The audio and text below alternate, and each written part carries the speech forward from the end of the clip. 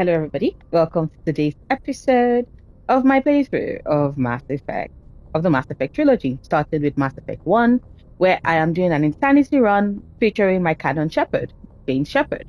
Um, Jane is, like I stated at the start of this video, she is Renegon, but for Mass Effect 1, I play as Paragade, and then because of the events and the happenings of Mass Effect 2, she goes full on Renegon, mostly renegade responses with the occasional Paragon responses for specifically a squad mate and I think I've never mentioned this, a squad mate and Captain Anderson. That is it. Everybody else gets full on renegade responses. Then by the time we get to Mass Effect 3, she's evened out a little bit. So she goes from 90% renegade with 10% Paragon to say 70% renegade and 30% Paragon. So she's still distrustful, but she just does try her best. Now, for those who are curious, I am currently. Oh no! I'm a exit. Let me exit. Sorry.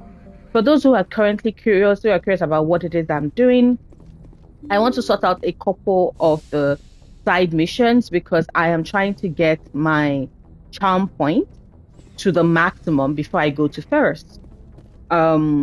Because I want to do Ferris first before Novaria. Like I said, this is my insanity run. The Mass Effect trilogy is my absolutely favorite trilogy of all time. I replay it every year, like clockwork, ever since the Legendary Edition came out. I really love this series of games. So, Commander, good to see you. You've been with CSEC a while. Have you seen much action? Well, not as much as you, but yeah, I've seen some interesting things. I bet you have. Anything in particular that stands out? I remember this Solarian. I was wondering when we're going to get their companion quest. What happened? Why were you investigating him? I was tasked with tracking black market trade on the Citadel. Most of it harmless, nothing I needed to pursue. But during the course of my investigation, I noticed an increase in the trade of body parts, organs mostly. We usually get a few of those, but not the numbers I was seeing. We weren't sure if there was a new black market lab or if some freak was harvesting organs from citizens. You've seen this before on the Citadel? Every so often, some lab sells unwanted parts through the black market, but they're not as bad as the psychos. I remember this one L-Corps diplomat we caught in my first year on the job. He was hacking people up and selling their organs. Had the station in a bit of a panic. But this case wasn't that clear-cut. Turns out there was more going on than we first realized. So how did you figure out what was happening? First, we got a hold of a sample and ran DNA tests. The weird thing was, the match led us to a Turian who was still alive and was very convinced he'd never lost his liver. After a bit of digging, I discovered this Turian worked briefly for Dr. Salion, the geneticist. So I went to his lab hoping to find evidence of cloned organ development, but there was nothing. No Solarian hearts, no Turian livers, not Krogan testicles. You're kidding, right? Why would anyone want Krogan testicles? Some Krogan believe that testicle transplants can increase their virility, counteract the effects of the genophage. It doesn't work, but that doesn't stop them from buying. They'll pay up to 10,000 credits each. That's 40,000 for a full set. Somebody's making a killing out there. What'd you do about the geneticist? I brought in some of his employees for interrogation to see if I could get them to talk. While I was interviewing one of them, I came across something suspicious. You know, it's so funny, right? When you talk about the organ, because organ harvesting is something that is done in a lot of parts of the world, especially underground. Like, it's something that we're dealing with currently here in my country as well. And you look at the fact that desperation would push a lot of people to make certain decisions. It's constant, right? So it just goes to show that even amongst different species, that taste of desperation is something that everybody has experienced at some point or the other. And then you have okay, I'm gonna get there in a bit. Let's just finish this. Was that really necessary? Maybe, maybe not. Either way, it paid off. One of my detainees started bleeding profusely during the interview. We offered to patch him up and he got frantic, freaked out. I ordered a full exam to find out what was going on. Our medics found incisions all over his body, some of them fresh. That was our big break. These people weren't just Dr. Salion's employees. They were test tubes. Walking, living test tubes. So, as I was saying, because I wanted him to say that, it then means that they fall victim to unscrupulous medical professionals who end up using them as test subjects, lab rats. And it just, when we complain and talk about how it is necessary for there to be ethics within the medical profession, this is what we mean. When we say there needs to be ethics with regard to science, this is what we mean. This is why, for example, some universities would push for science students to take courses, right? To take courses in the humanities, because expectation is that when it is that you're so driven to get a particular result, it usually often means that you lose sight of your humanity and then make such dastardly choices, because to you, the end would always justify the means. And it is still, it's something that applies to a lot of people, not just those within the medical professional and field. But what always gets to me with regards when I see it happen with scientists, but specifically doctors, is because like, you took an oath to do no wrong. Like, forget, I'm not talking about Mass Effect at this point. I'm like, they took an oath, yet in the quest of getting the result, they are always about, well, what is wrong if a life can be saved? And that's usually what starts people off on this spiral of doing chemical warfare, experimentations, horrible things, usually with others, with an unsuspecting populace that have no idea. Yes, this is also tied to the genophage and Solarians deciding that they are going to use this bioweapon to forcefully sterilize an entire species because they've served their purpose. And do I understand why the Solarians did that as well? Yes, because remember, like I said, I tried to look at all the other perspectives of the different species. The Solarians feel driven to do that because they exalted the Krogan. They feel a sort of responsibility for how they exalted a group that to them were not ready to be, and so became a liability, who were almost all about destroying the rest of those within Citadel space. So I get it, but it's still sick. He was growing parts inside these people? Exactly. He cloned their organs right inside their own bodies. Then he harvested them and sold them off. Most of the victims were poor. He'd pay them each a small percentage of the sales, but only if the organs were good. Sometimes an organ wouldn't grow properly, so he'd just leave it in them. Most of them were a mess. But only on the inside, hidden so nobody could see it. I hope he got what he deserved. That's the worst part. We never caught him. Why not? What the hell happened? He ran, blew his lab, grabbed some of his employees, and headed for the nearest space dock. By the time I found out, his ship was already leaving. He threatened to kill his hostages if we tried to stop him. But you went after him anyway, right? I ordered Citadel Defense to shoot him down, but CSEC headquarters countermanded my order. They were worried about the hostages, worried about civilian casualties if the ship was destroyed so close to the Citadel. I told them those hostages were dead anyway. They just used them to make more organs. But they wouldn't listen. See, this is Garrus, I love you, but this is Garrus's mind as a cop.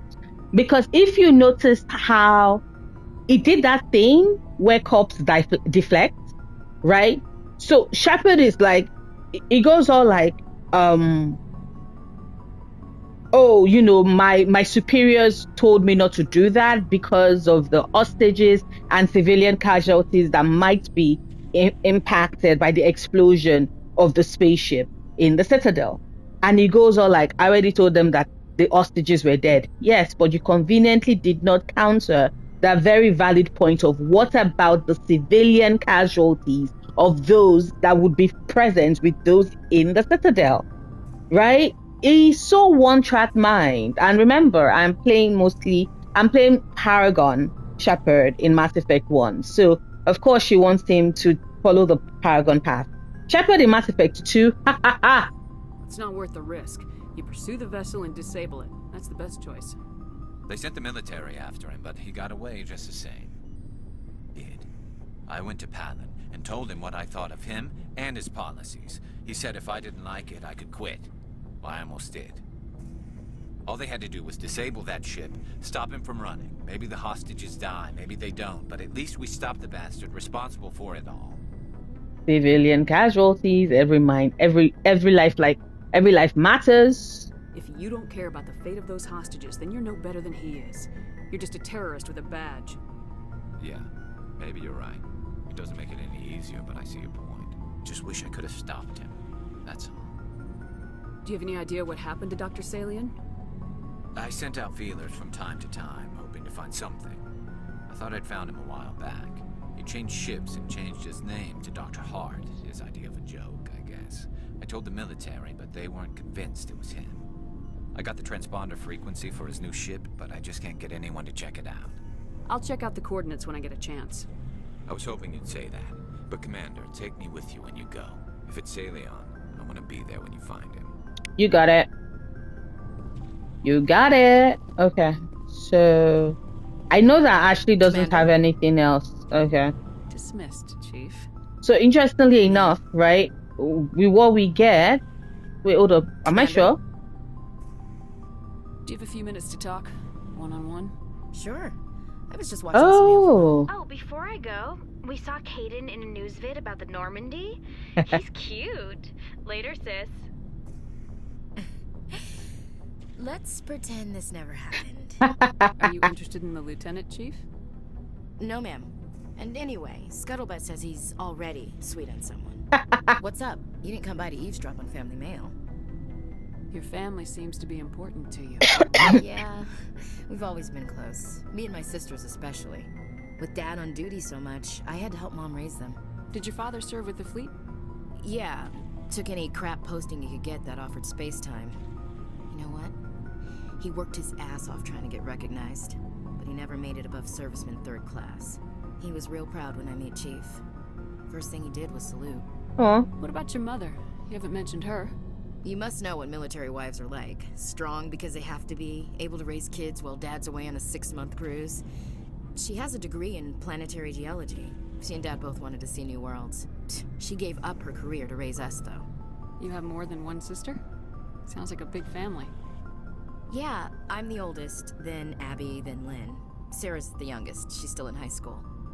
With 4 girls, Dad used to say he felt more outnumbered at home than on maneuvers.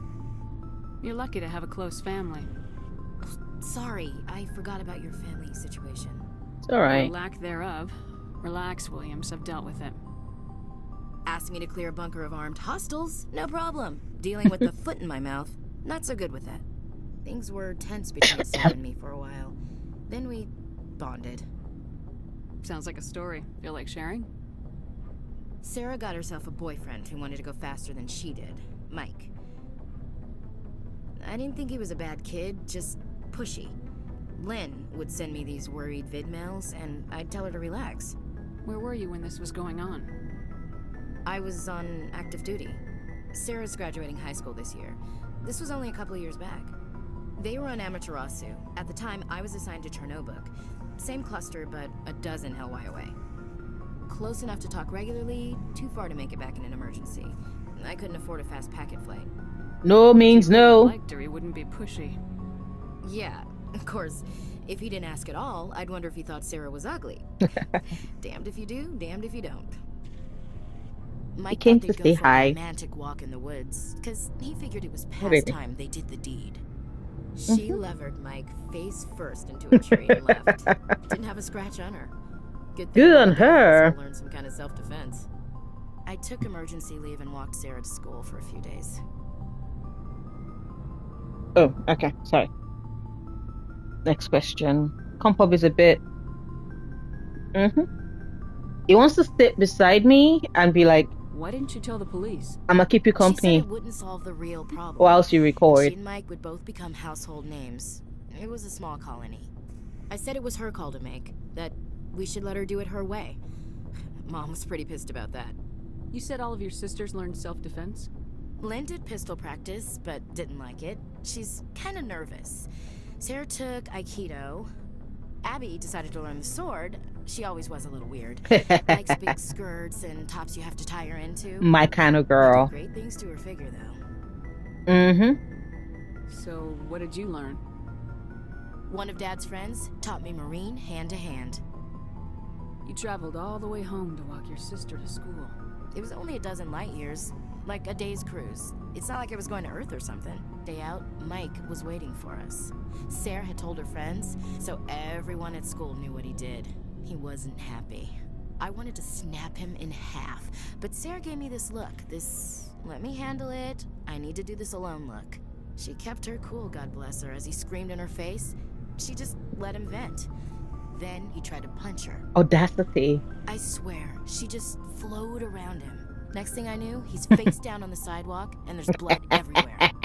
Atta girl. She cracked him in the face. Good. When he swung, she wasn't there anymore, and he fell. She helped him stop the bleeding and had me call an ambulance. She told the paramedics he fell. Before they took him to the hospital, Mike touched Sarah's arm. I thought he was gonna end up on the ground again. But he hung his head, whispered, "I'm sorry," and started crying. And she hugged him. The Williams women are a decisive bunch, Commander. We do things when we're ready. Not before, not after. See, this every single time I get to this part of the story, I feel emotional and I'm like, okay, the next time in the blue moon when I play as male shepherd, I'm gonna try out the Ashley romance. And then I remember how she was shortchanged in Mass Effect 3. So if you've played Mass Effect 3 as male shepherd who romanced Ashley, does the lack of content that we got if you have Ashley on board in Mass Effect 3, does that come into play with the romance? Is the romance in any way good enough for Mass Effect 3? That's just what I want to know. If the answer is a yes, I might just romance her next I'm playing as male shepherd. Either her or Cade. Actually, no. Male shepherd, next run, male shepherd, Caden. Run after that, Ash. Else. But you didn't mention your father at all. Was he on deployment? Dad had to serve in space, but he wanted us to have real ground under our feet. He'd say, space is beautiful, but you can't raise a family there. I cannot rest from travel. I will drink life to the lees. All times I've enjoyed greatly, have suffered greatly, both with those that loved me and alone. Always roaming with a hungry heart. Much have I seen and known. Cities of men and manners. Climates, councils, governments. Oh, I never thought I'd hear you reciting poetry. Just because I can drill you between the eyes at 100 meters doesn't mean I can't like sensitive stuff. Baby. Ulysses was my dad's one. Every time he shipped out, he recorded me reading it. He had a dozen versions when he retired. Does he still like it? I sure hope so. I read it to his grave every time I go home. Oh. Dad passed on a few years back. He's probably still watching, though. You mean from wherever we go after death? Dead on, Skipper. He's with God now. That's not a problem with you, is it? That I believe in God? Everyone has the right to believe what they want. Says so in the Alliance Charter. Fancier words. I'm glad you're open-minded about it. Mm. I've met a few people who are really weirded out by my faith.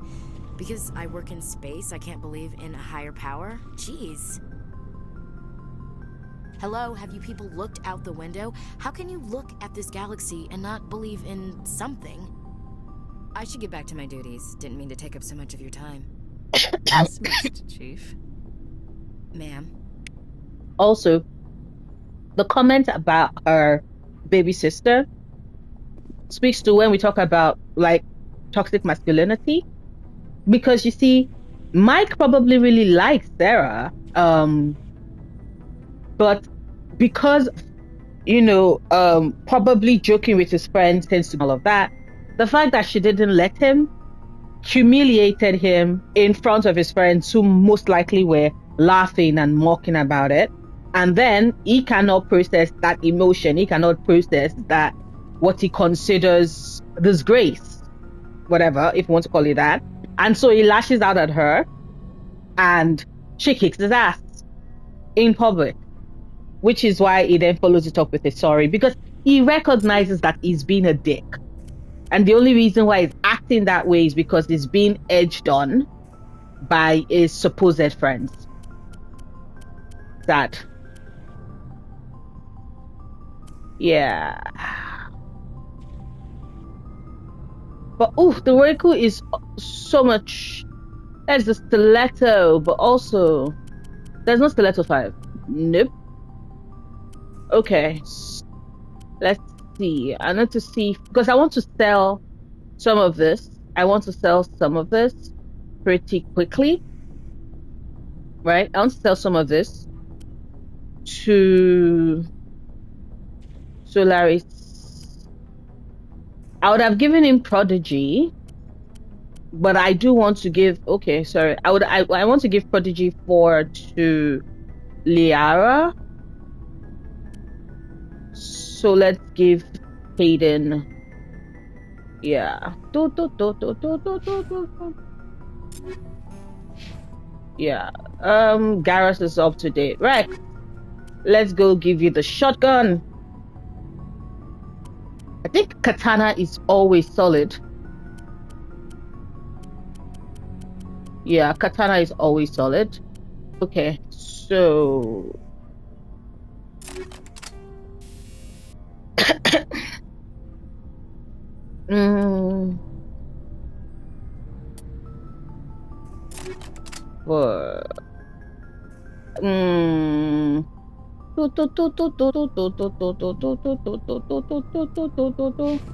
Oh, sorry, Rex. I wanted to check out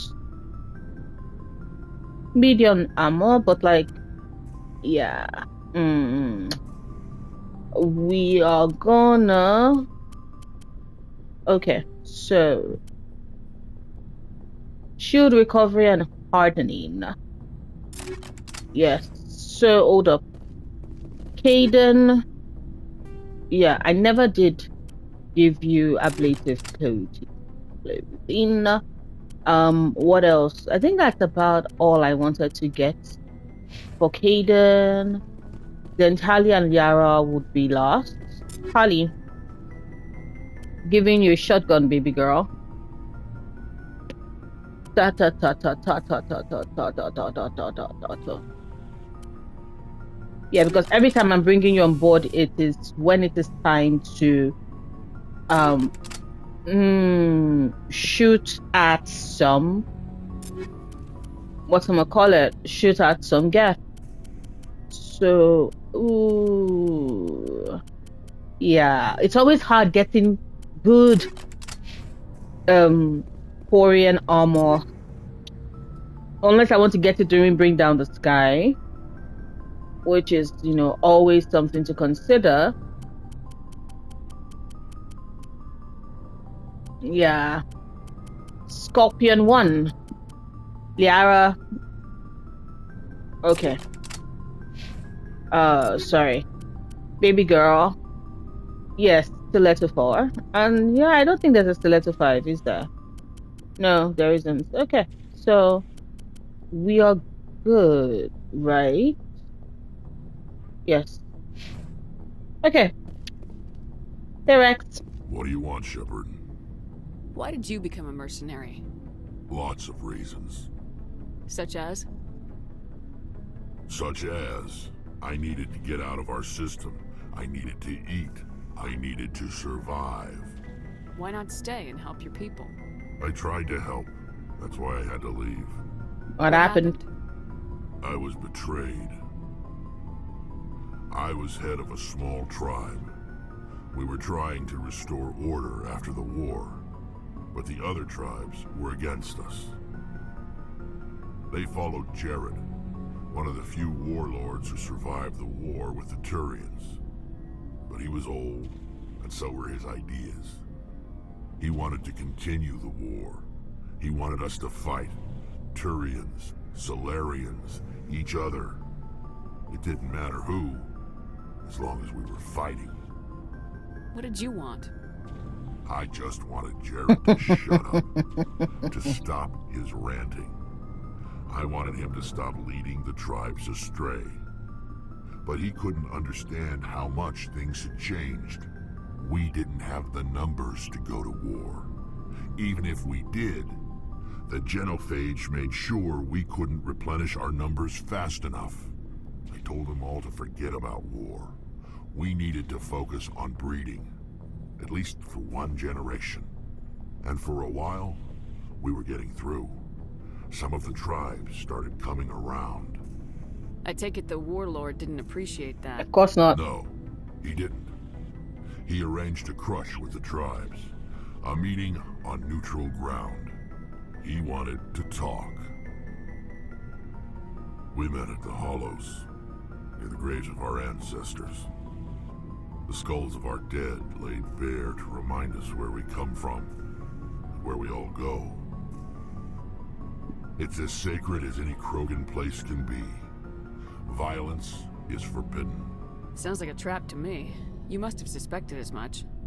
I did. But when your father invites you to a crush, well, there are some laws that even we hold sacred. Jared was your father? He was. Until that day. We talked, but we didn't get anywhere. When it was clear that I wouldn't join him, he gave the signal. His men leapt from the graves of our ancestors like Krogan undead. The few that were loyal to me died quickly. I escaped with my life, but not before I sank my dagger deep into my father's chest. That is why I left, and that's why I'll never go back. You must have family other than your father. Don't you miss them? You're trying to make me cry, Shepard. I love Wrex so much. I've got some unfinished business with my family, but that's all. What kind of business? Before I left, I made an oath to my father's father. I swore to recover my family's battle armor. It was taken from him after the uprising. What's so important about this armor? It's a relic. Useless, really. But it was worn by 5 generations of my family before the war. It's rightfully mine. Originally, it was taken by the Turian military. We weren't allowed armor or weapons after the war. Now, it's in the hands of Taun Actus, a Turian scum who collects relics from the war. He's made millions selling Krogan artifacts that were stolen from my people. He's got several bases where he stores his goods, all fortified and guarded. I just don't know which base has my family's armor. Just tell me where to start looking. I'll upload the data to your nav system. But Commander, I want to be there when you find him. Of course. So long, Wrex. Shepard. I find it very interesting, but also it speaks to a very human, a very human situation whereby the same people who basically attempted to wipe out an entire species, an entire group, would take trophies. Like it's a human behavioral thing, whereby they would take trophies off of the people in which they have fought and annihilated and get to keep, and then they trade and profit off of it. That's why a lot of people profit off of wars. That's why you have certain nations be assessed as their primary export is always going to be war. War is profitable. Okay. Okay. So, Turian biology. The Turian homeward Palaven has a metal core generating a weak magnetic field and allowing more solar radiation into the atmosphere. To deal with this, most forms of life on Palaven evolved some form of metallic exoskeleton to protect themselves. Their reflective plate-like skin makes Turians less susceptible to long-term, low-level radiation exposure, but they do not possess any sort of natural armor. A Turian's thick skin does not stop projectiles and directed energy bolts. Although life on Palaven is carbon-based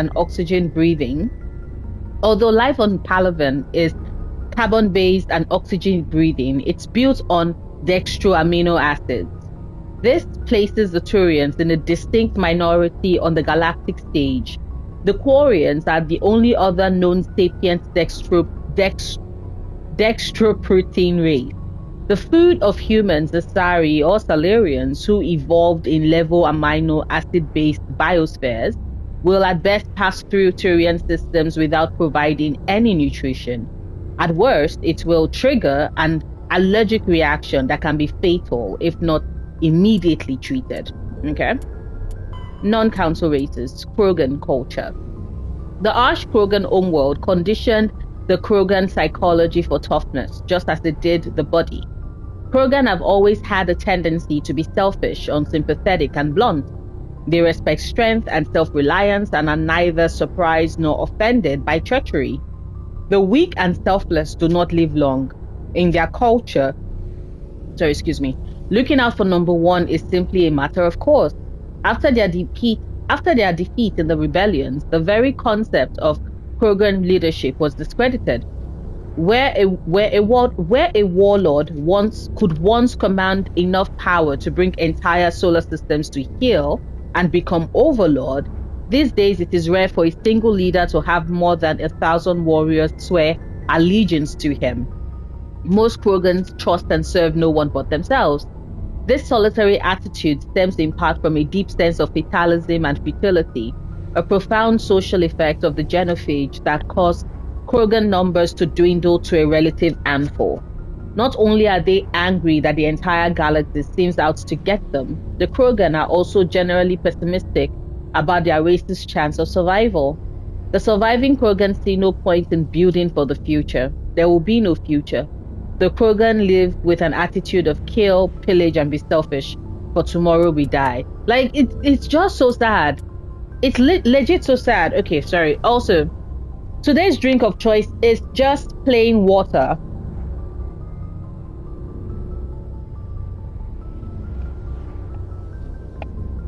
Because hydrating is also important. Sorry, excuse me. Okay, so Systems Alliance military doctrine. The Alliance military is of great concern to the galaxy. At first contact with the Turians, they were completely inexperienced. Turian disdain changed to respect after the relief of Shang-Chi, where the humans surprised them with novel technologies and tactics.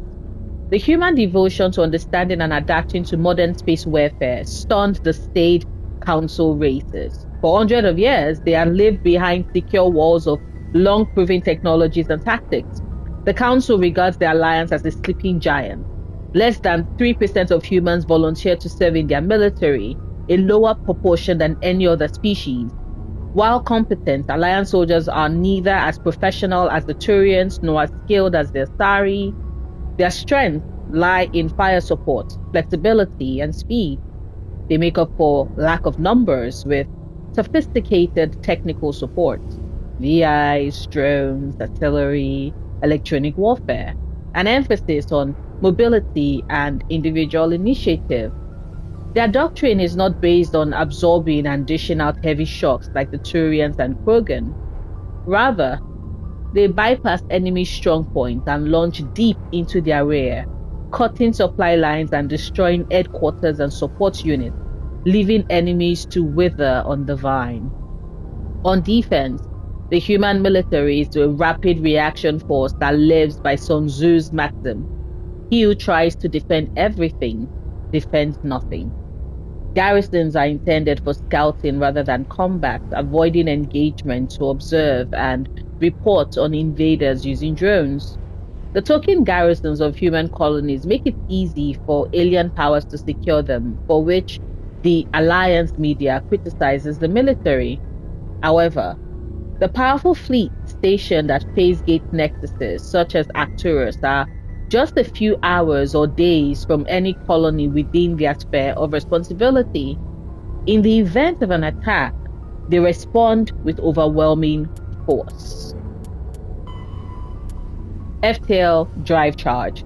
As positive or negative electronic current is passed through an FTL drive core, it requires a static electrical charge. Drives can be operated an average of 50 hours before they reach charge saturation. This change is proportional to the magnitude of mass reduction. A heavier or faster ship reaches saturation more quickly. If the charge is allowed to build, the core will discharge into the hull of a ship. All or grounded crew members are fried to a crisp. All electronic systems are burned out and metal bulkheads may be melted and fused together. The safest way to discharge a core is to land on a planet and establish a connection to the ground, like a lightning rod. Larger vessels like dreadnoughts cannot land and must discharge into a planetary magnetic field. The ship passes the charge from the drive core to the exterior armored hull, then dives into the magnetic field. As the hull discharges, sheets of lightning jump away into the field, creating beautiful auroral displays on the planet. The ship must retract its sensors and weapons while dumping charge to prevent damage, leaving it blind and helpless. Discharging at a moon with a weak magnetic field can take days. Discharging into the powerful field of a gas giant may require less than an hour. Deep space facilities such as the Citadel often have special discharge facilities for visiting ships. And I think that is all. Yes, nothing new here. Okay, awesome.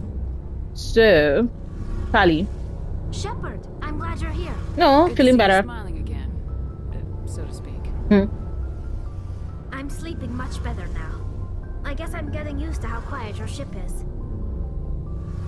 I still think a lot about my pilgrimage, though. I know Theron's our top priority, but with all the worlds we go to, I was hoping to find something to bring back to the flotilla. We've still got a long way to go. You'll find something to take back.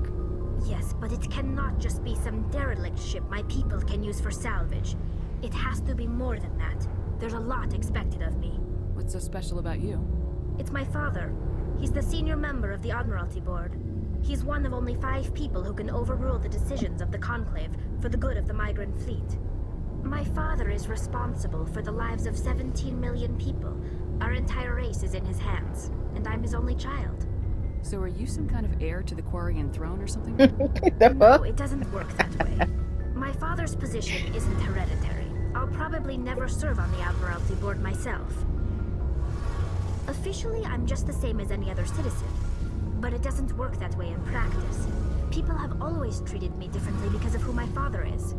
And you know, it's as an only child myself, I think a lot of games do not address that, the burden of responsibility and expectations that come on you, that are placed on you by virtue of the fact that you don't have any siblings, right? I see conversations about how, being the eldest child is this amount of responsibility, being the youngest child is like this, being the middle child, but few people actually address what it means to be an only child. So, for example, what my parents expected of me, or expect of me, at least my mother, is just miles apart. And you have no other person to share that burden with. You're not even given the luxury of failing, because if you fail to them, that is it. You're the only person, right? And that just, it gets burdensome. You must get all kinds of special privileges. At some point. I probably had it easier than most growing up, but it's not all good. People like my father have enemies, and they're not above using me to get to him. It must be tough on you. My people place a high value on family and ancestry. There's an unspoken expectation that I'll live up to my father's example. Everyone's waiting for me to do something great on my pilgrimage, something that will forever change our lives for the better. If I don't, it's like I failed, and that reflects badly on both me and my father. Yep. The work you're doing here is more important than anything any Quarian's ever done before. Yes, I know. But you have to understand Quarian culture. We're a very insular society. The events beyond the flotilla don't much matter to the average citizen. Our greatest dream is that one day we'll return to our homeworld and drive out the Geth. But even if we stop Saren, that's not going to happen. There's still millions of Geth behind the veil. Until they're gone, our exile will continue. What would you need to bring back to make everyone happy? Something that would help us better understand the Geth. They've changed significantly since the exile. They've continued to evolve. We've done our best to study them, but it's not easy. They're very reclusive. Until recently, they never went beyond the borders of the Veil. And all the Geth we run into now are under Saren's control. We'd need to find Geth operating on their own, independently. But I don't want this to get in the way of our mission, Shepard. First, we stop Saren. Then I'll worry about my own problems. I should go. See you later. Aha! Another codex entry. Quarians' religion. Ancient Quarians practiced ancestor worship. Even after abandoning faith for secularism, Quarians continue to revere the wisdom of elders. As time passed and technology advanced, they inevitably turned their knowledge to preserving the personalities and memories of the elderly as computer virtual intelligences. These recordings became a repository of knowledge and wisdom, stored in the central data bank and available through any extranet connection. They held no illusions that this was a form of immortality. Like all virtual intelligences, their electronically preserved ancestors were not truly sapient. This was considered a surmountable problem. Sapiens would surely be reduced to simple mathematics. The Quarians began exhaustive research into creating artificial intelligence so they could learn to escape the bounds of mortality and give their ancestral records true awareness. Unfortunately, the life the Quarians created did not accept the same truth they did. The Geth destroyed the ancestor databanks when they took over. In the centuries since they evacuated their homeworld, most Quarians have returned to religion in various forms. Many believe that the rise of the Geth and the destruction of their ancestors were chastisements for arrogantly forsaking the old ways and venerating self-made idols. Others have a more philosophical outlook, believing that their race was indeed arrogant, but no supernatural agency lay behind the Geth revolt. Rather, the Quarians' actions wrought their own doom. Either way, every Quarian will agree that their own hubris cost them their own world. As someone who does do ancestral veneration, reading that particular codex entry always makes me sad and happy at the same time. Okay, Alliance Requisition Officer, I must tell some things quickly to you. Yeah. Let's see what you got. How much I have? Ahead, Commander. I am still broke. Okay, so I can sell. Yeah. Okay. Weapons can go because I know I am not. The explosive is not going just yet. Ablative coating, yes. Courier rounds, exoskeleton, medical interface 4. Proton rounds, we're keeping the 4, but then selling you. Medium armor, Krogan. Okay, so yeah. So many things to sell. Thank you. Okay.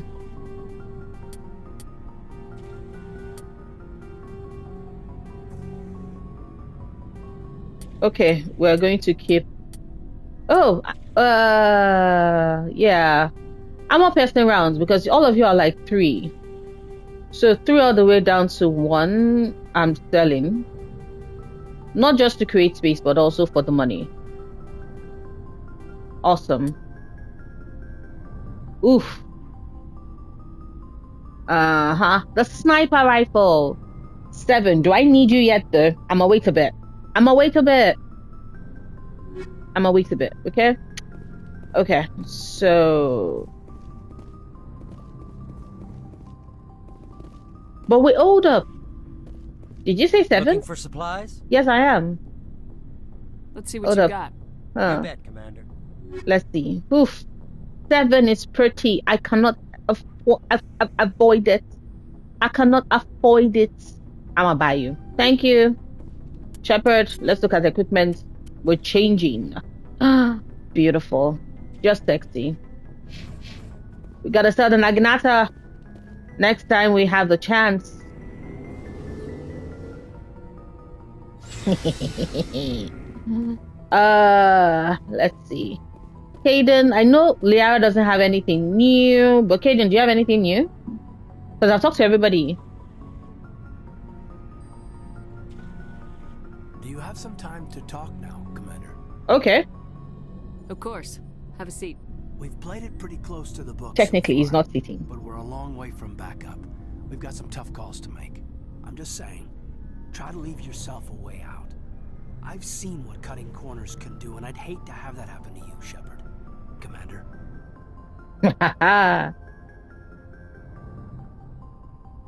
Oh, you know. That's not the appropriate way to address your commanding officer, Lieutenant. Sorry, ma'am. Maybe I got a bad signal. And if you're maybe there's someone else you'd rather confide in. You mean Liara? Someone? You're referring to our young Prothean expert. The way they wrote the romance for Mass Effect 1 is just weird. I think she's older than both of us put together. Yeah. There's a lower deck rumor that she's interested in you as more than a source of Prothean data. She's a very interesting lady. Not to my tastes, but I never claimed to be big on alien culture. Shepard, it is exactly like that.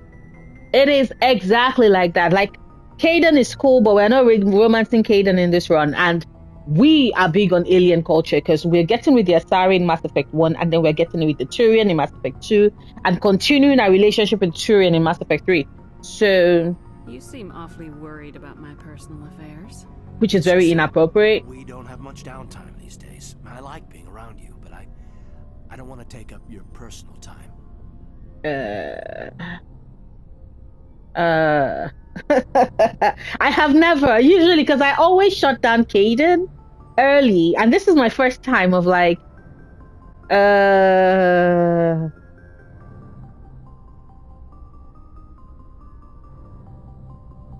Look, you didn't want to talk about Liara, did you? What's your real issue? You're right. Sorry. It wasn't, Liara's not my main concern. Yeah, I'm baby. not questioning any decision you've made, Shepard. Let me be clear about that. You're just being It's just my concerned. experience that once someone lets something slide, it tends to pick up speed. Do you get my meaning? Bad Talk experience. to me, Caden. You got a little black rain cloud sitting over your head. I'll try to keep the deck dry. You know the records about the biotic training out on Jump Zero? They're all classified because the Alliance made mistakes. Of course they did. After first contact, Kinetics was set up to track Element Zero exposures and develop implants for humans. Once we had an embassy on the Citadel, Kinetics could bring in experts instead of taking it slow. Is there some reason we couldn't learn it on our own? They didn't know where to start. Hell, it took a couple of years to even link biotics and Ezo. Forget trying to get the kids to move stuff. They had trouble just helping them not break their own limbs. And their choice of teachers didn't help much. The only experts would have to be aliens. Dead on. Turians, actually. That's why Kinetics kept it a secret. They were afraid of what people back home would think, asking the Turians for help when we just fought a war with them. The Asari would have been more acceptable than the Turians. Yes, but the company didn't go through the Citadel. It would have made Earth look weak, so they discreetly hired some Turian mercenaries. Get your knuckles rapped a few times, Lieutenant? Yeah, you could say that. Our instructor was a Turian by the name of Commander Vernus. To Verna. introduce himself, he liked to say, "I was at the helm of the dreadnought that killed your father." Well, I told him my dad wasn't in the war. He'd retired to Vancouver. My family had an inland home that matured to new beachfront. Vernus had it in for me after that. He cut corners, pushed hard. I mean, you either came out a Superman or a wreck. A lot of kids snapped. A few died. The point of all of this, I guess, is that when you cut corners, it's not always obvious who pays for it. So why are you telling me this? Is there something I can do to help you get over it? I'm 32, Shepard. You don't serve as long as I have without coming to terms with yourself. You also learn that if someone is special to you, you help Aw. them. Try to keep them from making mistakes. It is always so sweet. It is always so sweet. I want to choose special, but special means we are going further into flirting with Caden. But Caden Alenko is so sweet. He's always my port in the storm because you know that is a good man with a good heart who is looking out for you, whether or not you're in a relationship with him. So you think you have leave to talk like we're more than officers? I got some signals. Maybe some static too, I guess. Caden, I'm sorry. Bottom line, just say the word. We're going to let you down easy. Now isn't the ideal time. But I want to talk about this, Caden. I get you, Shepard. I don't make a habit of complicating the chain of command. Just think about what I said. We'll talk later, Caden. I'd like that. Mass Effect 1 and the speed in which, boom, they get you straight into the relationship. I'm like, let me go meet Liara so that Caden can stop thinking that every single conversation I have with him is me attempting to flirt with him, which is what Mass Effect 1 gave for us with regards to romances. Biotics possess extraordinary abilities, but they must live with minor inconveniences. The most obvious issue is getting adequate nutrition. Creating biotic Mass Effect takes such a toll on metabolism that active biotics develop ravenous appetite. The standard Alliance combat ratio for a soldier is 3,000 calories per day. Biotics are given 4,500, as well as a canteen of potent energy drink for quick refreshment after hard combat. Another issue is electric charge. Electricity accumulated in Starship drive cores must be discharged, and so must the electricity in a biotic user. Biotics are prone to small static discharges when they touch metal. Unfortunately, human biotics also face suspicion and persecution, beginning with the popular misconception that they can read and control minds. Biotics symbolize the dehumanization of humankind to people philosophically or religiously opposed to gene modification and cybernetics. Militaries are the only organizations that always welcome biotics, offering them huge recruitment initiatives. Okay, and I think that is all. Let's see if we can get new info about the Asari, a new codex entry about the Asari from Liara to Sony. Hello. Baby girl, what's your name? I get the feeling you want to ask me something, Commander. Okay, so... Maybe we could pick up where we left off. You were telling me about your interest in the Protheans. Actually, I think I was talking about my interest in you, and making a fool of myself in the process. As I said, I am not used to dealing with people, especially humans. I did not really know much about your species when we first met, Shepard. I found it hard to take humanity seriously. Your kind always seemed so rushed and high-strung. We're short-lived. We don't have the luxury of time. An Asari can live for 1,000 years. We're lucky if we hit 150. That is true. At first I thought that was a weakness of your species. After spending time with you and your crew, however, I think it may actually be an advantage. Thank you very You much. Humans are creatures of action. You pursue your goals with an almost indomitable determination. Indomitable. It is an admirable trait, but also an intimidating one. I'm sorry, I think somebody on the Mass Effect writing team, or rather the BioWare writing team, loves the use of the word indomitable, especially with regards to flirtations with companion characters. Because you have Liara being all like, humans have such indomitable determination. Why she's looking all starry-eyed at you, so of course she's referring to Shepard.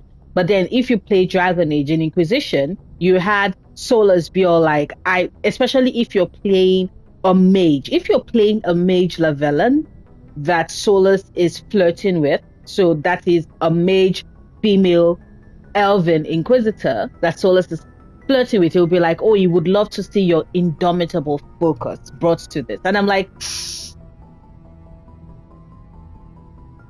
You're scared of us? Unfortunately, the rest of the galaxy sees humanity as something of a bully. yeah. You run over anyone in your path to get what you want. It is up to people like you to change their minds, Shepard. I'm doing the best I can, Liara. There is a reason the Council chose you to become a Spectre. They saw something special in you.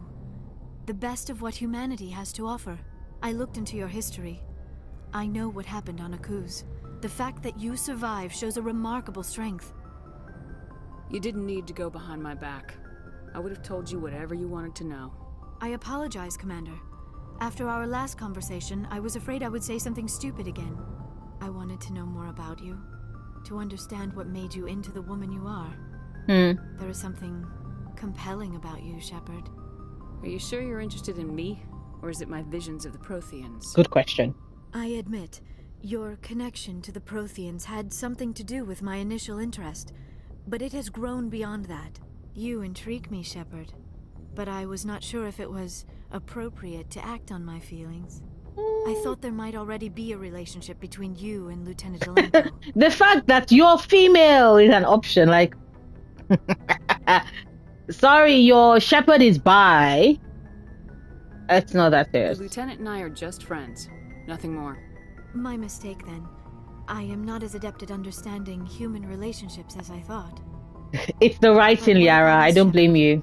Is there a mutual attraction, or was I wrong about that too? I will always be mutually attracted to you, Liara Tsoni. No. Always. You were right. There is something between us. I knew it, and I knew you felt it too. But does this not seem rather strange? Why do I feel so close to you? We have only known each other a short time. We are from two different species. We have almost nothing in common. This makes no sense. These She's things doing never that make thing sense. where you They just unravel. happen and we get swept up When in you're the like, storm. oh shit, they You like make me. it Oh my sound god. So chaotic, so dangerous. I'll keep you safe. I am not looking for a protector. This is all a bit overwhelming. I am not used to this. I need some time. Girl, you were the one that suddenly dropped the I think I'm attracted to you line on me. Take all the time you need, Liara. I'll be here. Thank you, Shepard. Let's just talk about something else for now. I should go. Goodbye, Shepard.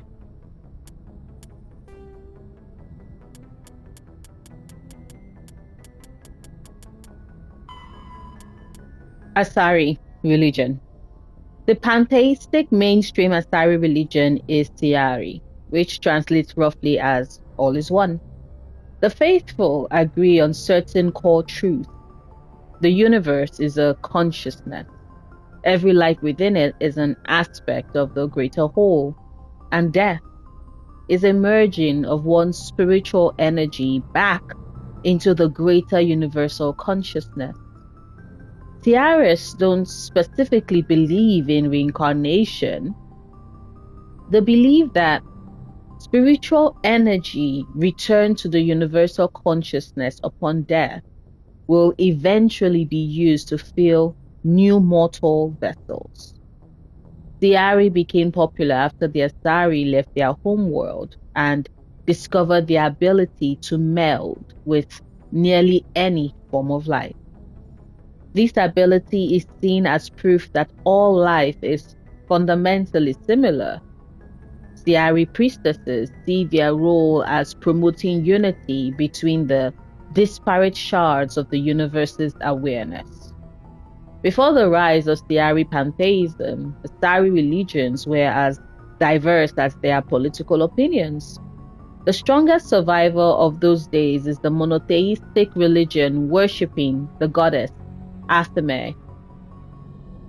Or should I call it Athame? No, it's Athame. The reason I'm saying Athame is like it's it's the blade you wield, right, when you're doing spell work. But at the same time, I'm wondering if I'm trying to remember how it was pronounced in Mass Effect 3. Like the Asari, the goddess cycles through the triple aspects of maiden, matrion, and matriarch. So, maiden, mother, crone. Got it? Or, more aligned to... Wait, hold up. More aligned to...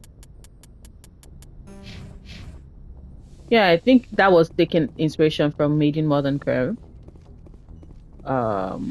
So with that done, I think I should have picked up a couple of exactly. Cerberus, finding Dr. Celian, Wrex family armor. Okay. Okay, so let's go up.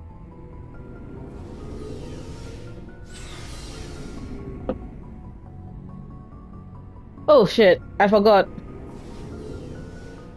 It's in Mass Effect 2 that you can take an elevator directly to the CIC. I forgot. Sorry, I meant to climb up the stairs. So today's episode would be short-ish. And by shortish, I mean I'm just going to focus on Dr. Stallion and then family armor. And still, remember I still have plans, but that's all for today. But after I'm done with those, I still have plans to jump around certain systems. So there is that. So let's go find Dr. Stallion. Urshel system, Kepler Verge. Got it. Urshel. Kepler Verge. God's soul. Bye-bye. So, Argus Row, Attican Voyager, Artemis Tau. There you go. Urshel.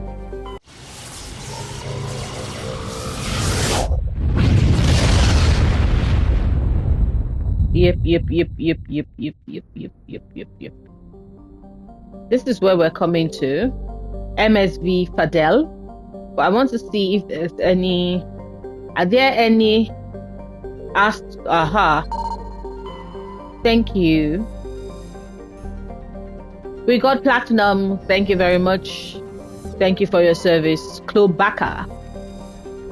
Klobaka is a moderately sized terrestrial world with a hazy hydrocarbon atmosphere. Its surface is mainly composed of chlorides with deposits of solid and liqueform hydrocarbons. Orbital period 2052.3 Earth years. Radius 8,198 kilometers. Day length 59.7 Earth hours. Atmospheric pressure 0.81 Earth atmospheres. Surface temperature 7 Celsius. Surface gravity 0.88 gravities. Then there's Matol. Several attempts to chart Matol have been made, but none have been successful. By normal standards, the small rock planet Matol has a dense atmosphere composed of carbon dioxide and argon, with a surprising amount of water vapor. Fogs and rain are common as the barren, lifeless surface. Matol is pleasant enough to be considered a terraforming prospect, though its low mass and the high radiation of the energetic blue star Urshel place it fairly far down on the list. Orbital period 207.3 Earth years. Radius 4,077 kilometers. Day length 34.6 Earth hours. Atmospheric pressure 0.49 Earth atmospheres. Surface temperature 33 Celsius. Surface gravity 0.5 gravities. Then we have Tungel. Tungel is a massive terrestrial world, nearly twice the size of Earth. With a dense atmosphere of nitrogen and ethane, its scorching hot surface is mainly composed of iron with extensive deposits of heavy metals and radioactives. It is a mineralogically it's a mineralogical treasure trove, and many corporations are lobbying for mining rights. Orbital period 85.8 Earth years. Radius 11,539 kilometers. Day length 42.4 Earth hours. Atmospheric pressure 2.0 Earth atmospheres. Surface temperature 242 Celsius. Surface gravity 1.9 gravities. Okay, so we're going to come here to Klugon. Klugon's hydrogen helium atmosphere is given a fairly dramatic emerald tint by chlorine and ionized gases. It has nearly 100 moons. Orbital period 1013.7.1 Earth years. Damn. Radius 17,988 kilometers. Day length 19.2 Earth hours. You know, I honestly think that the reason why none of these planets have anything to be discovered or found on them is because MSV Fidele, run by Dr.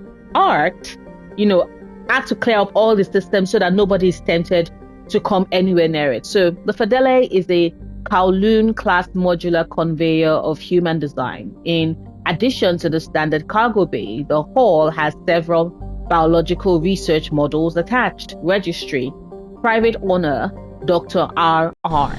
So we're going to board the vehicle. We're taking Garrus with us, and we're taking Ashley. Just because I need firepower. Yes, already. You can already see. Well, I already know. Ugh. Not looking forward to this. Yes. Yeah.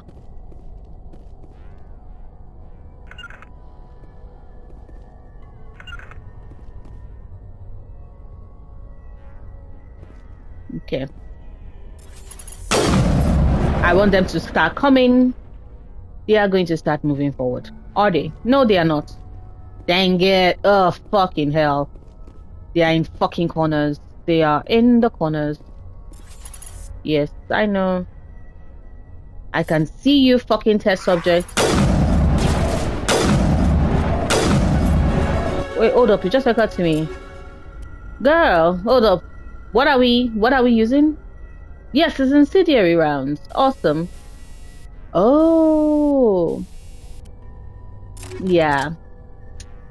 I've forgotten. That is why I love you, baby. Okay, so yes, no more, sorry. No incendiary rounds. Did I sell? No, I don't think I sold any incendiary rounds. So we're just going to use shredder rounds for you. And Ashley, yeah, let's use shredder rounds for you because right now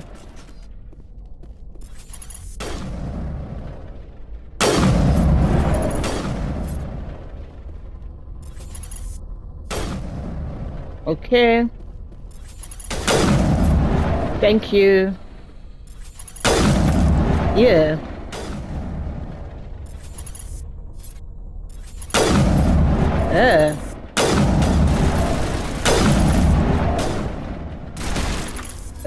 Messy. Ooh.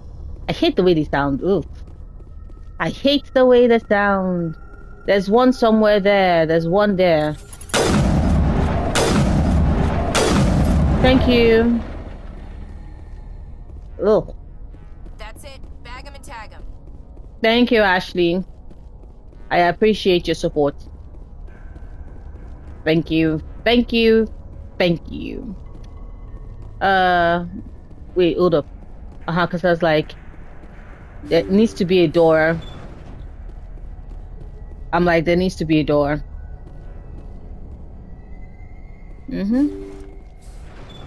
Thank you. Thank you for saving me from those things. Dr. Cillian. Commander, that's him. That's Dr. Salion. What? My name is Hart. Dr. Hart. Please, get me out of here. Are you sure it's him? Positive. Positive. There's no escape this time, Doctor. I'd harvest your organs Ooh. first, but we don't have the time. You're crazy. He's crazy. Please, don't let him do this to me. We'll take him in, drop him off at the military. But we have him.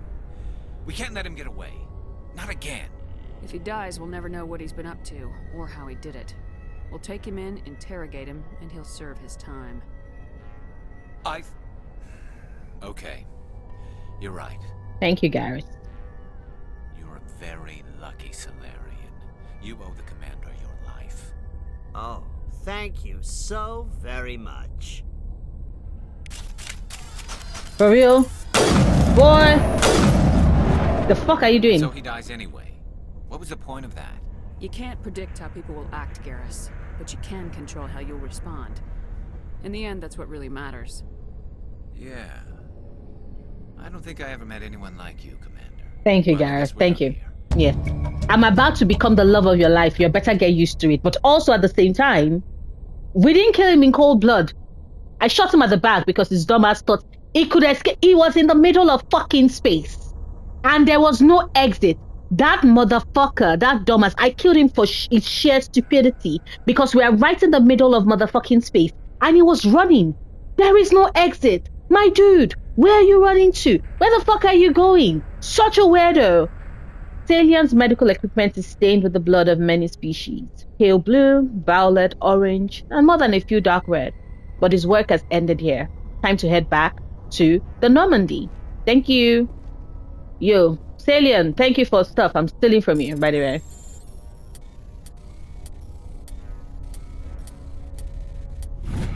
Thank you, thank you, thank you. Ba la la.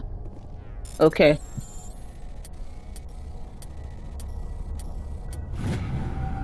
Da da da. Okay. Malfunctioning.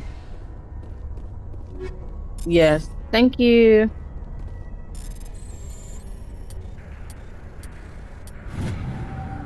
Okay. Oh. Okay. So, Garrus? No. We're okay with what... Okay. We're okay with what you have. Got it. Got it. Got it. Got it. Got it. Got it. Got it. There's another room somewhere here that we can check. Is the cockpit, isn't it? It is the cockpit. Is there anything here? No, nothing to grab. Okay. Thank you. Now we can go back. Now we can go back. Now we can go back, back, back, backa, backa. Backa, backa, backa, backa, backa. We can go back, back. We can go back to the Normandy. We can go back to the Normandy. Yeah, and then... Yes, thank you. Now let me go talk to Garrus. Now that I'm back, you know. We've resolved things. He's probably going to be upset with me because it's like, girl, you could have let me take the fucking shot. And I'm like, my ship, my rules. Also, don't be a dumbass. Right? Like, Salian deserves to die for being a moron. So, Garrus? Commander, good to see you. Oh. Garrus is not saying anything to me. Commander, how are you? Wow. Codex entry. I did not know that. Oh, look at me. I did not realize. Yes, come on. No. What do you all mean by that? Ooh. Mako. Wait, what? Oh. Faster than... The Mako infantry fighting vehicle was designed for the System Alliance's frigates. Though the interior is cramped, an M35 is small enough to be carried in the cargo bay and easily deployed on virtually any world. With its turreted 155mm mass accelerator and coaxially mounted machine gun, the Mako can provide a fire team with weapon support as well as mobility. Since Alliance Marines may be required to fight on any world, the Mako is environmentally sealed and equipped with microthrusters for use on low-gravity planetoids. The Mako is powered by a sealed hydrogen-oxygen fuel cell and includes a small Element Zero core. While not large enough to nullify the vehicle's mass, the core can reduce it enough to be safely airdropped. When used in conjunction with thrusters, It also allows the Mako to extricate itself from difficult terrain. Yeah. But it does not allow the Mako to fly. It does not allow the Mako to fly. Especially when I'm trying to avoid fucking treasure moors. It does not let the Mako go jumpy, jumpy, jumpy. I'm jumping. Jumpy, jumpy, jumpy. I'm jumping. I'm upset.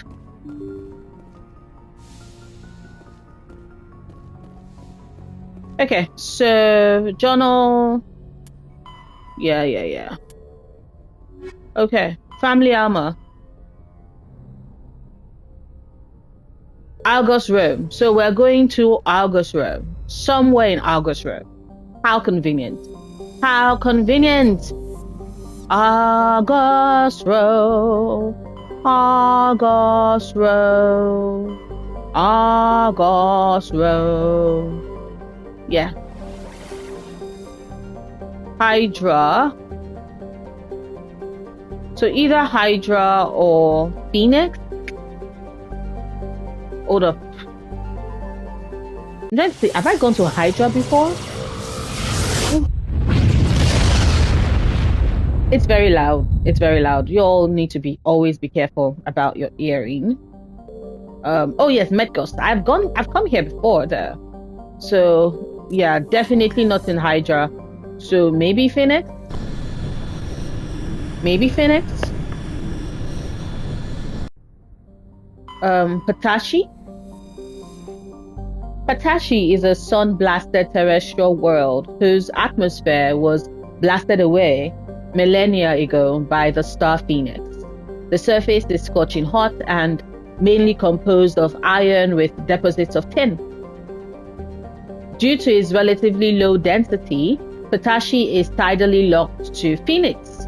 Seas of molten light metals cover much of the sunward side. Orbital period 0.3 Earth years, radius 7,082 kilometers, day length 0.3 Earth years, atmospheric pressure 0.00 Earth atmosphere, surface temperature is 546 Celsius. Oof. Surface gravity 0.75 gravities. And we got samarium. Thank you for that. Patashi. Scan. Asteroid. During a scan of the Phoenix system asteroid field, you detected an old energy reading that Tali determined was Quarian in nature. She led a recon team into the asteroid field where she discovered an abandoned freighter. The team could not determine why the ship was there, but they did find a Prothean disk on board. Salto is a standard hydrogen helium gas giant. It has no remarkable features. Very short and succinct. Orbital period 36 Earth years. Radius 56,621 kilometers. Day length is 13.6 Earth hours. Okay, so let's see. Verbinock is a small terrestrial world with a thin atmosphere of krypton and xenon. Its frozen surface is mainly composed of carbonaceous material, water ice, and low-density silicates. Rare but concentrated iodes of light metals have been deposited by asteroid impact. One hemisphere of Verbinock is covered by surface deposits of oxidized copper.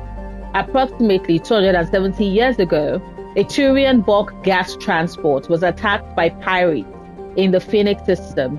Damaged, it made a rough landing on Verbinock. The heat of the landing melted significant quantities of surface ice and ruptured shipping containers spilled LOX across the surface. Before this evaporated and escaped Verbinock's weak gravity, it reacted to cause the widespread rust. Orbital period 94.5 Earth years. Radius 3,379 kilometers. Day length 68.3 Earth hours. Atmospheric pressure 0.27 Earth atmospheres. Surface temperature minus 154 Celsius. Oof. Surface gravity 0.28 Gs. And we got cobalt. Yeah. You. Tontao is an enormous low-density terrestrial planet with a thick atmosphere of methane and helium. Despite being nearly 20 AU from Phoenix, the stars breathe heat, and the insulating thickness of the atmosphere make the surface surprisingly temperate. The crust is mainly composed of sodium and silicon dioxide with deposits of various light metals. While Tontao is not habitable, the relative pleasantness of the surface conditions make it a popular location for small ships traveling through the Argus Rho cluster to land for dry discharge. Orbital period 63.8 Earth years. Radius 11,867 kilometers. Day length 69.7 Earth hours. Atmospheric pressure 3.12 Earth atmospheres. Surface temperature 21 Celsius. Surface gravity 1.1 gravity. We're bringing Wrex along. We're bringing Wrex along. We're bringing Wrex along. We're bringing Wrex along now. Wrex, let's go get your family armor. We're bringing Wrex along to get your family armor. What am I singing? I have no idea. I have no idea. Heating structure. Anomaly. Debris. You know what? I can just go get the eating structure now and then, come back later because the eating structure is right nearby. Right? If I go get the eating structure now and get Wrex's family armor, then I can come back in with Caden in tow to get the debris. Like, duh. That is like logical, isn't it? Isn't it logical? Isn't it logical? Shouldn't that be what I do? Does it not make sense? I think it's the smart thing to do. Okay, so, hold up. Yeah, I know, y'all are over here being dumbasses. Wait, somebody is shooting at me. I know somebody is stupid enough to shoot at me. Y'all are so stupid. Like, the fuck? Big dum-dums. Wait, hold up. Boy.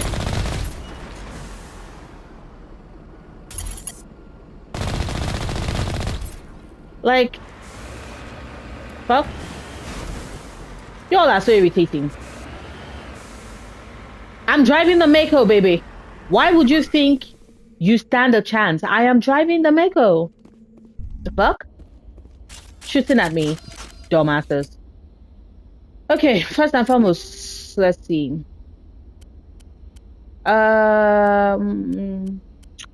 Yeah. Incendiary rounds. I love it. I love it. I love it. I love it. Okay, awesome. Awesome. This is the place. My armor's here somewhere. Don't worry, Wrex. We're gonna get your armor. We're gonna get your family's armor. Family is everything to me, personally.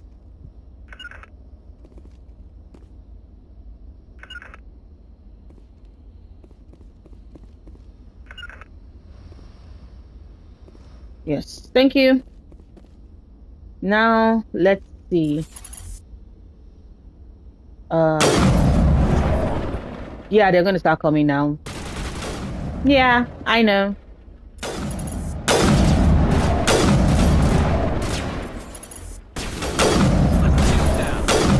Like the fuck? Okay, so just use assassination, please. Do we need assassination for these people? Yes, why not? Why not?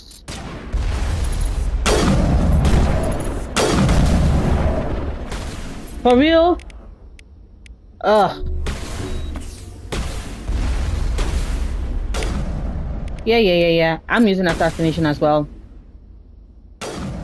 There's somebody. Yes, pirate sniper. There's a pirate sniper somewhere here.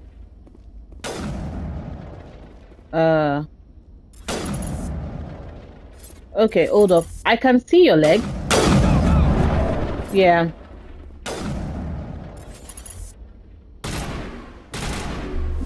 let me heal Darius a bit because, like, there's somebody here. Boy, the fuck? Got it. Wrex, you gotta move. You gotta move at some point.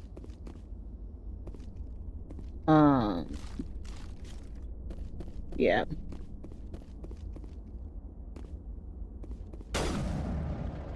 Okay. Yeah. Everybody's hiding very carefully.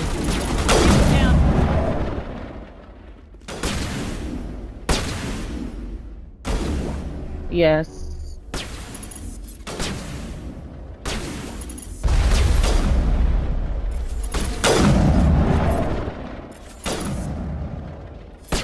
You move about too quickly.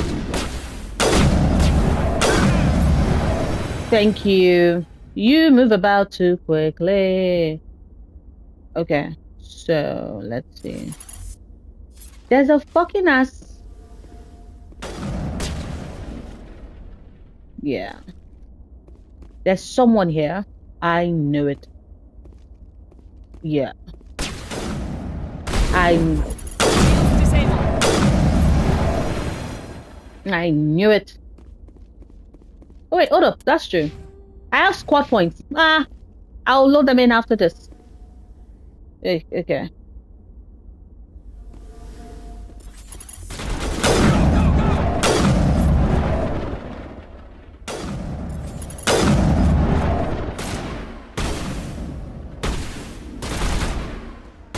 Okay. All patched up.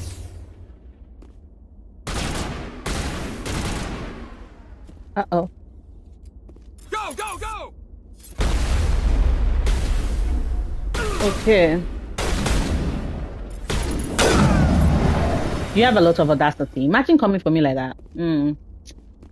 You wanna die. Who am I to not help? Who am I not to help? Who am I not to help? Yeah, oh yes, that's true. It is the fucking ass sniper. It's the sniper. It's the sniper. It's the sniper. Yes, yes. So it was not the sniper. Oh, okay. So there was somebody else but the sniper. Got it.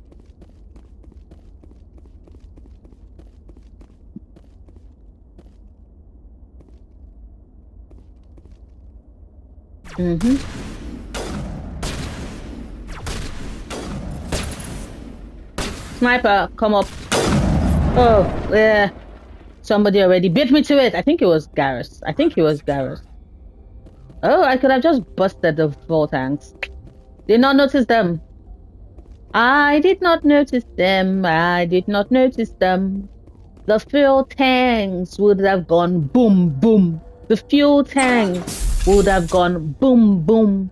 The fuel tanks would have gone boom, boom. Yeah. Incendiary round. There you go. Oof. Thank you. This is it. I can't believe my ancestors ever wore this piece of crap. But at least I've got it back. I'm glad You're we welcome. can help you get it back. I might just be starting to like you, Shepard. Thank you, Wrex. Wrex touches his grandfather's armor, his expression thoughtful perhaps. Krogans are hard to read. Then he shakes off his bemusement and grips his gun with renewed purpose. Time to move on. Okay, so let's see. We grabbed what we needed to grab upstairs. Let's go see the goodies that are downstairs. And then I can go back to the Mako. Go up. Come down with Caden. Open the debris. Grab what we need. Yeah. Thank you. Let's see.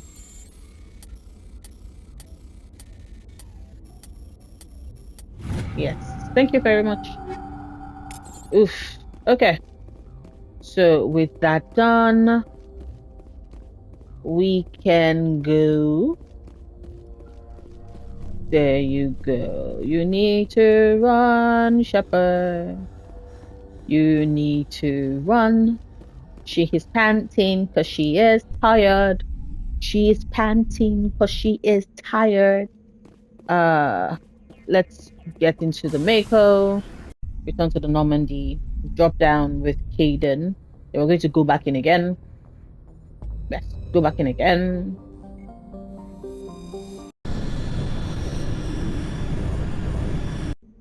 Caden. Garrus.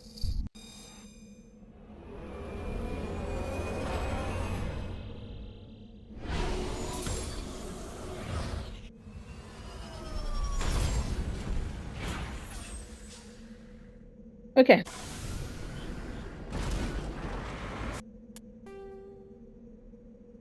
Yeah. Let's first come here. Let's go see what that has, shall we? What does it have for us? What can it possibly contain? What does it have for us? Woot, woot, choop, choop. What can it possibly contain? Choop, choop. What does this have for us? Choop, choop, choop, choop. What can it... Why am I thinking that? Like, why am I thinking like that? The fuck? I apologize, y'all. I apologize. Okay, so...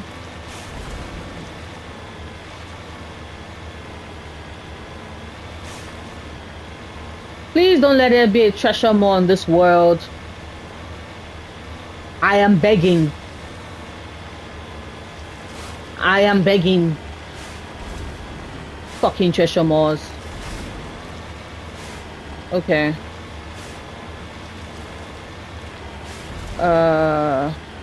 Yeah, we can just take that particular route.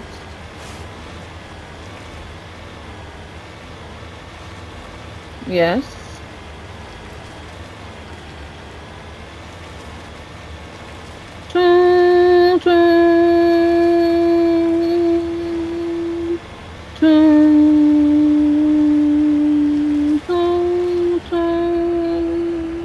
Dum dum dum dum.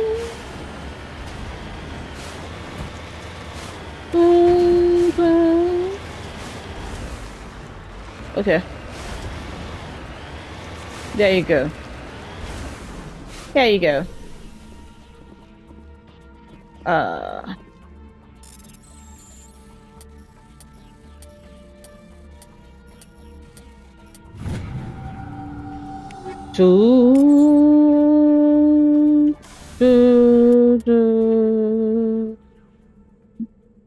There's an anomaly here. Please.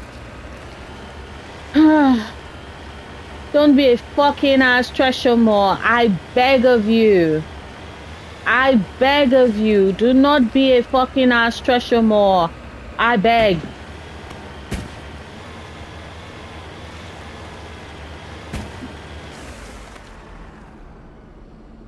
Okay. I actually thought something was shooting at me.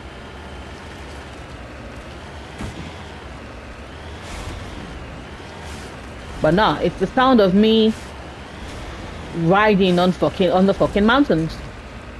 Mako.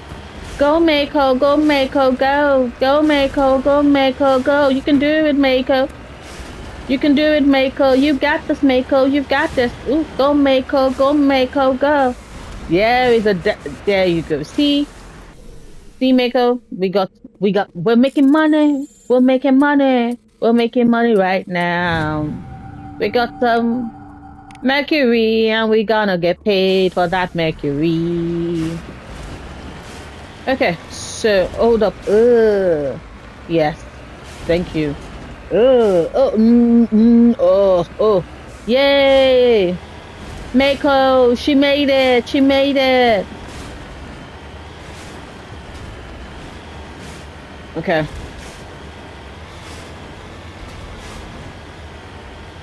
Fucking mountains. Okay. Do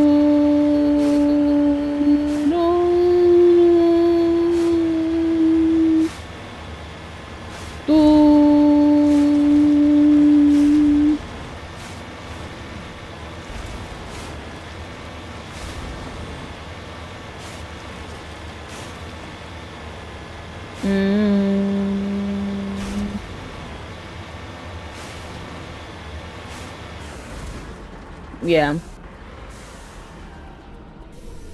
Thank you. Yeah, sorry.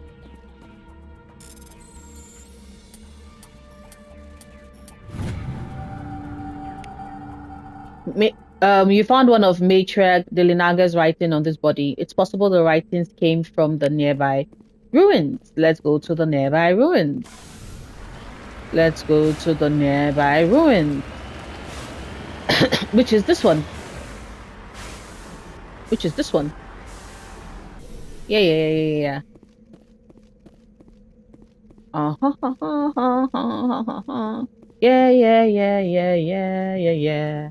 Okay. Why did I think there was going to be something on top of this? Or is it another ruin? Hey, Caden. Yes, Just lead the way. Okay.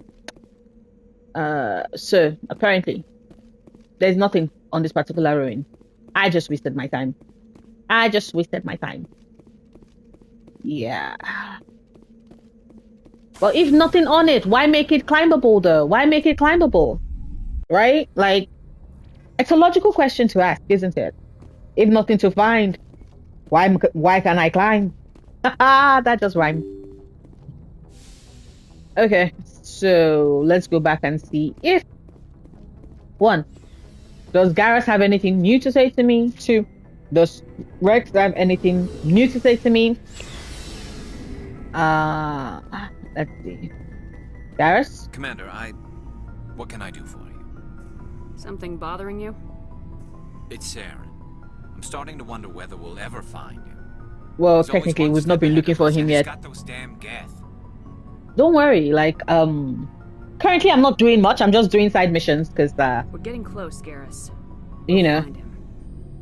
I wish I had your confidence. I just can't stand the thought of him getting away with everything he's done. He's not gonna get away. I know you're doing everything you can, and if anyone can catch him, it's you, but if there's anything else I can do to help, anything, just tell me what you want me to do, and I'll do it. I understand your concern, but we will find him. Just make sure you're ready to go when we do. Yes, ma'am. You can count on me. Thanks for hearing me out. I appreciate it. Can I ask you something, Commander? What is it? Are you worried that the Council might be protecting Saren? Well, I mean, they were really dragging their heels before. What if we find him, bring him back to the Citadel, and they refuse to act?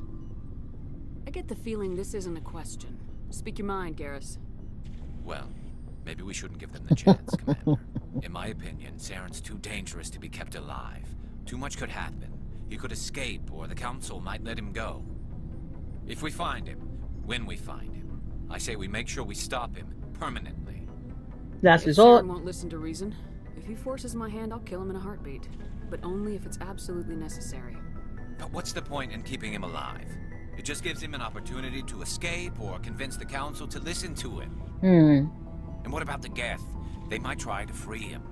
We know more about Saren's plans than anyone. But what do we really know? If we just kill him, we lose the chance to find out. Yeah, I see your point. Do you really think there's more to know, other than the fact that he's... Oh, trust me, there is a lot to know. Maybe, maybe not. But it's not a chance I'm willing to There take. is a shit ton of things for us to learn.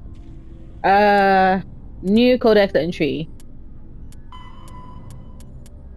Turian government. The Turian government is a hierarchical meritocracy.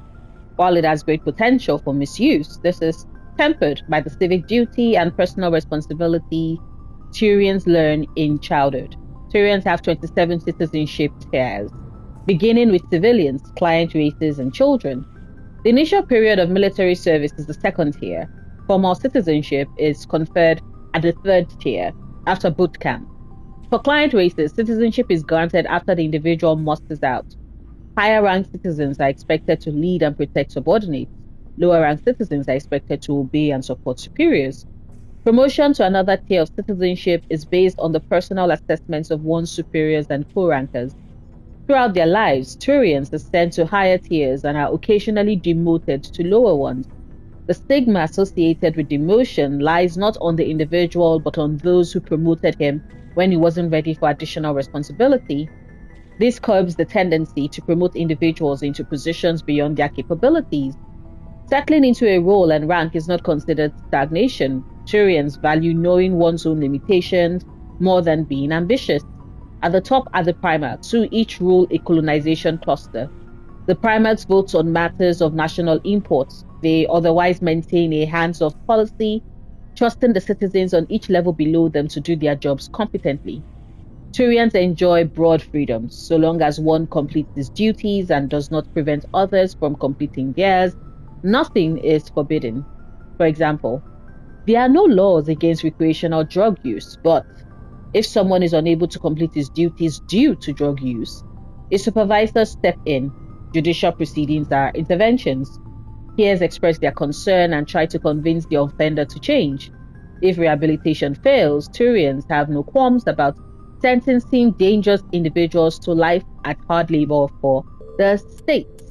Okay, and I think that is it. So hold up, Wrex, you have anything new to say to me? So you'd rather be a merc than help your people? I'm a fighter. It's what I do. Aren't you at all worried about what will happen to the Krogan? What the hell do you want me to do about it, Shepard? Sorry. I'm tired of sticking my ass on the line and getting nothing for it. So you're just giving up on your people?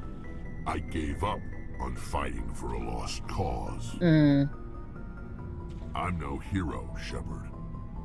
Soon you will be. Bottom line, killing for credits simplifies things. You ever think about helping your people? I try not to. But there's a lot of Krogan mercs out there. I'm always running into them. Half the time I'm being paid to kill them. But that's just part of the job. You don't get to pick who your enemies are. How long have you been a merc? Long enough. I took my first contract right after I left my home system. It's good work if it doesn't kill you. I get the feeling you enjoy your work. Sure. You get to see the galaxy on someone else's credits. And most days end with a good fight. A simple life. I've tried more organized fighting. Private armies and such. But it gets too messy. I fight best on my own. Or in very small groups. I don't like people relying on me. And I bloody well don't like relying on them. So long, Wrex. Shepard. Okay, so more information on the Krogan. Military doctrine. Traditional Krogan tactics were built on attritional mass unit warfare. Equipped with collapsed, rugged gear, troop formations were powerful but inflexible. Command and control was very centralized. Soldiers in the field who saw a target contacted their commanders behind the lines to arrange fire support. Since the genophage, the Krogan can no longer afford the casualties of the old horde attacks. The battle masters are a match for any 10 soldiers of another species. To a battle master, killing is a science. They focus on developing a clean, brute force economy of motion that exploits their brutal strength to incapacitate enemies with a swift single blow of overwhelming power. This change of focus from mass unit warfare to maximal efficiency has increased employment demand in the fields of security and muscle for hire. Due to the unsavory reputation of the Krogan, most of these jobs are on the far side of the law. Battlemasters are not split and polished, but they do believe in being well armed and equipped, preferably with a gun for each limb. They are callous and brutal, but methodical and disciplined. They use any means at their disposal to achieve their goals, no matter how reprehensible. Hostage taking and genocide are acceptable means to ensure a quiet occupation with few Krogan casualties. Dang. The Krogan serving with Theron's forces appear to be returning to the old style of mass attritional combat. They also work in close cooperation with supporting Geth units who fill the roles occupied by combat drones in other armies. Biotics are rare among the Krogan. Those that exist are viewed with suspicion and fear. The Krogan see this aura of fear as a useful quality for an officer and often promote them. Combat drones and other high-tech equipment are likewise in short supply. Okay, so I think Yeah, I think that's it. Nothing new. Yes. So we go up.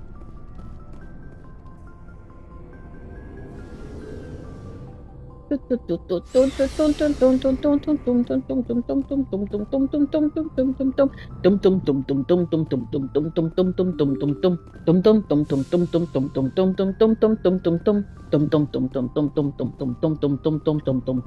this is where I'm going to end today's episode. It's a bit short compared to others. By short, I mean not the length, because I was reading codex entries. I said entries, codex entries, and so it was long.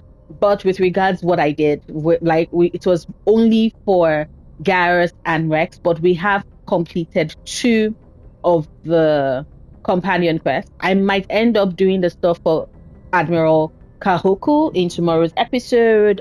Try and sort out Tally's companion quest, so at least I know that my other squad mates, like, their quests are done. And then, like I said, I did plan on hopping along different planets, because I do think that there are some quests you only find when you enter certain systems. So I need to go to each of the systems, fly around, see if I pick up any quests just by entering. Because I really do think that hold up. Yeah, I've not yet maxed out charm, and that is irritating me. So I need to do that pretty quickly. Yeah, we're boosting up Shock Trooper, right? Hold up. Yes, we're boosting up Shock Trooper. But yes, this is where I'm going to end today's episode. Thank you so much for coming along with me, for gifting me your time, for letting me keep you company.